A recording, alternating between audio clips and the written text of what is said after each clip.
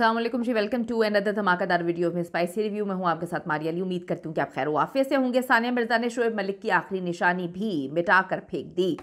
Request है जी, channel को subscribe करिएगा, वीडियो को आखिर तक जरूर देखिएगा। भारतीय टेनिस स्टार सानिया मिर्जा की जिंदगी में एक बड़ा बदलाव देखने में आया जब उन्होंने अपने नए घर के बाहर शोएब मलिक का नाम हटाकर सिर्फ अपना और अपने बेटे इजहान मिर्जा मलिक का नाम दर्ज करा दिया। ये घर इनका बहुत ही खूबसूरत प्यार से बनाया हुआ घर था और हमेशा से सानिया और शोएब का यही ख्वाब था कि इस घर में वो सारी ज़िंदगी रहें। इस घर को बड़ी ही खूबसूरती से, इस पे बड़ी प्यारी नेम प्लेट लगाई थी दोनों ने अपने नामों की, और ये बड़े दूर दराज तक लोग इस विला को जानते थे और यहाँ पर नाम देखने के लिए आते थे कि यार देखो, एक इंडिया से एक पाकिस्तान से। लेकिन क्या करें, धोखे जो है ना वो इंसान को जीने नहीं देते, धोखे इंसान को तोड़ देते हैं, चाहे वो आदमी की तरफ से हो या औरत की तरफ से हो। यहाँ पे हमने देखा कि अमूमन औरतों को धोखे मिलते हैं और औरतें अपने बच्चों को अपने साथ कैरी करके, मर्द तो आगे जाके शादी कर लेते हैं, ज़िंदगी में लेकर चल रही होती हैं।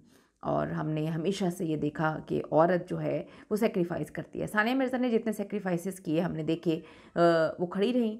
उन्होंने कभी शोएब के लिए वो नहीं बोला जो उनकी बहन अपने व्लॉग्स में बोल चुकी थी कि बहुत सारी चीज़ें हमारे पास हैं। बड़ी ग्रेसफुली उन्होंने हर चीज़ को हैंडल किया। जब उनको ऑप्शन दी गई कि ठीक है आप दुबई में रहें, मेरी ये तीसरी बीवी जो है वो पाकिस्तान में रहेगी, लेकिन सानिया ने इसको बिल्कुल भी जो है एक्सेप्ट नहीं किया और कहा कि नहीं, धोखे की कोई माफ़ी नहीं होती। तो सानिया मिर्ज़ा ने अपने इंस्टाग्राम अकाउंट पर नई नेम प्लेट की तस्वीर शेयर की है जिस पर सिर्फ सानिया मिर्ज़ा और इजहान मिर्ज़ा मलिक का नाम दर्ज है। ये तब्दीली सोशल मीडिया पे वायरल हुई और मद्दाहों की तरह ने बड़े तरह तरह के तबसरे किए। ये पेशरफ्त ऐसे वक्त में सामने आई है जब शोएब और सानिया मिर्ज़ा के दरमियान अलहदगी की खबरें कई माह से ज़ेरे गर्दिश थीं। अगर शायद उन्होंने बाज़ाब्ता तौर पर भी कोई वजाहत नहीं दी, दोनों की तलाक हो चुकी है, वालिद आके बोलते हैं कि ये खुला है। सोशल मीडिया पे कई सारिफीन ने इस कदम को जो है सानिया की तरफ से नए सफ़र के आगाज़ की जानिब एक पेशकदमी करार दिया है। सानिया मिर्ज़ा ने साल 2010 में पाकिस्तानी क्रिकेटर शोएब मलिक से मोहब्बत की शादी की थी। ये शादी तब हुई जब पूरी दुनिया उनको मना कर रही थी, खुसूसन इंडिया उनको मना कर रहा था। उनके दोस्त अहबाब कि आप गलत फ़ैसला लेने लगी हैं, थोड़ा सा टाइम दें। लेकिन सानिया ने कहा कि मुझे फ़र्क नहीं पड़ता, कोई भी मुल्क हो, अगर मुझे मोहब्बत है तो फिर मैं मुल्क की कैद में नहीं बंधने वाली। 2018 में इनका बेटा पैदा हुआ और शोएब और सानिया की 13 साल ये शादी चली। 2023 में ये शादी ख़त्म हुई तब जब शोएब मलिक पाकिस्तानी अदाकारा जो सना जावेद हैं उनकी मोहब्बत में गिरफ़्तार हो चुके थे। उस वक्त सना जावेद जो है वो शादीशुदा ही थीं।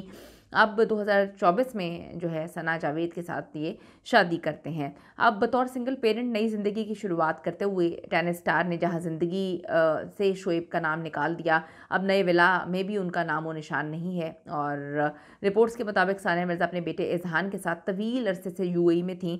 जब ये सारे मामला हुए तो वो यूएई छोड़कर जा रही थीं, लेकिन फिर किसी ने उनको रोक दिया, किसी चीज़ ने, किसी इंसान ने। ये तो आने वाला वक्त ही बताएगा। अब उनका नया विला तैयारी के आखिरी मराहिल में है। कहा जा रहा है कि अदील साजन दुबई में भारतीय टेनिस स्टार के विला को डिज़ाइन कर रहे हैं, जिससे मुतालिक खबरें आई हैं कि सानिया और मुत्तहिदा अरब अमारात के बिजनेस टाइकॉन अदील साजन के दरमियान कुछ अलग ताल्लुकात हैं। हालांकि इनकी ये दोस्ती शोएब के होते हुए भी थी, बड़ी पुरानी इन तीनों की ये दोस्ती थी। दूसरी जानिब उधर घर पर लिखी गई नाम की जो प्लेट है, नेम प्लेट, सानिया मिर्ज़ा ने शोएब को हटा दिया है। लोगों ने लिखा कि जब ज़िंदगी से एक बंदा निकल चुका है तो फिर नेम प्लेट लगाकर अपने दिल को तकलीफ देने की क्या ज़रूरत है।